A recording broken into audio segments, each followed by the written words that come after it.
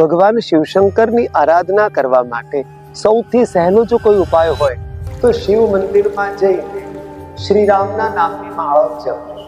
તો શ્રાવણ મહિના દરમિયાન ઉપવાસ કરવાનો.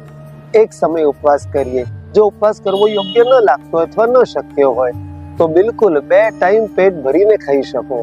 પણ હા, મન સતત અને સતત ભગવાનમાં લાગેલું હોવું જોઈએ.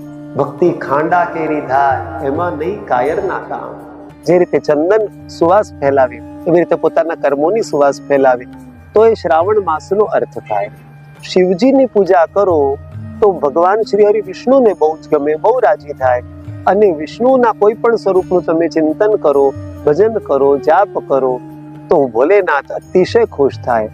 બિલીપત્ર લઈએ, બિલીપત્ર ઉપર ચંદનથી નાહી ધોઈને બિલીપત્ર લઈને બિલીપત્રને બને ત્યાં સુધી ધોઈ લેવું, એની ઉપર રામ લખવું. એ રામ લખેલો ભાગ શિવજીની તરફ હોય